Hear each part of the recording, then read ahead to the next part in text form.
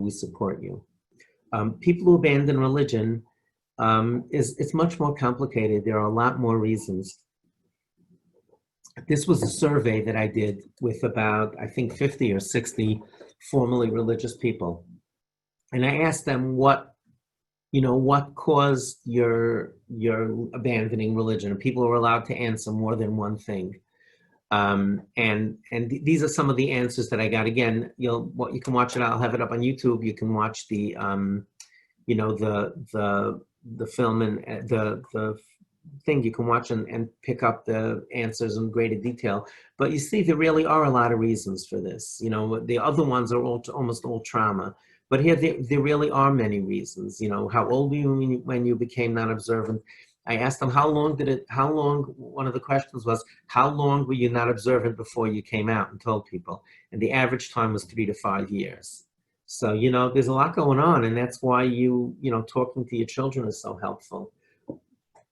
This was fascinating. I asked the kids, this was my survey of those 50 people, what advice would you give parents of no longer observant children? How would you advise, again, these are no longer observant adults that were formerly from kids. What would they say? And just read what they wrote. These were their own words. I edited a few words just for clarity. Look at this, number 2. Don't say things like, what will the neighbors say, or your grandparents, it only distances them. Attempt kiruv only if your argument is solid. Best leave the kiruv to others, just be a good parent.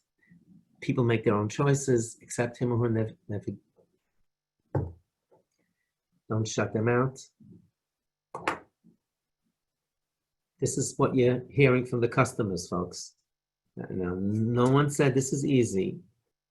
I'm just saying, don't reject your kid because he doesn't do what you want him to. He's a different person than you.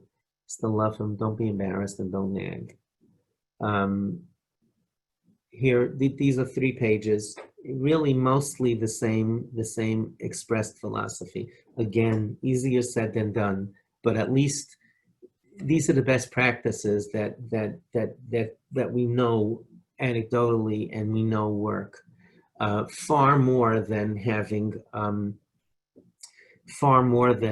being stricter. This was an article that I wrote in Mishpacha magazine.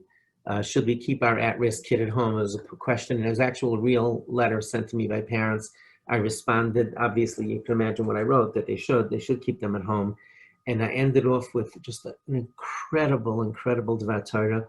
We're running a little bit late, and I want to finish my content.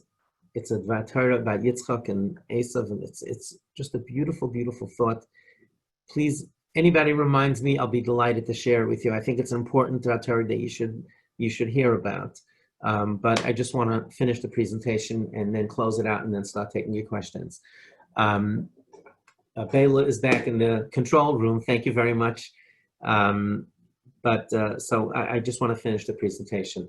And if your child is choosing a different path and they're not chayim, they're not leaving life, they're just leaving religion, there really are 2 choices. One of them, you can do the guilt thing. You can pressure them to do what you want them to, or you could provide them with bedrock.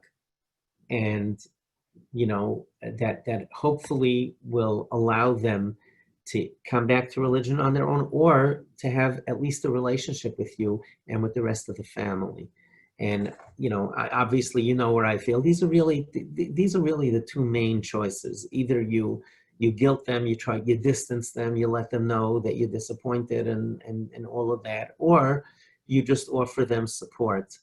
I saw such a beautiful interpretation. It says that the short Divrei Torah I'll give you now, the other, that 1 or 2 long ones will leave for later during Q&A. I saw such a beautiful thought. It's not literal translation, but our Chachamim tell us, our sages tell us that Yakov Avinu's son Yosef was sold by his brothers as a slave. He went down to Egypt. He stayed in the house of a fellow named Potiphar. Potiphar's wife was a beautiful woman, and she tried to seduce Yosef. So it says that he went to the house Lasas Malachtai to do his work, and Rashi says he really wanted to have relations with her because she was bothering him all the time and she was being very suggestive. And it says he saw Demus Yutne Shel Aviv. He saw an image of his father.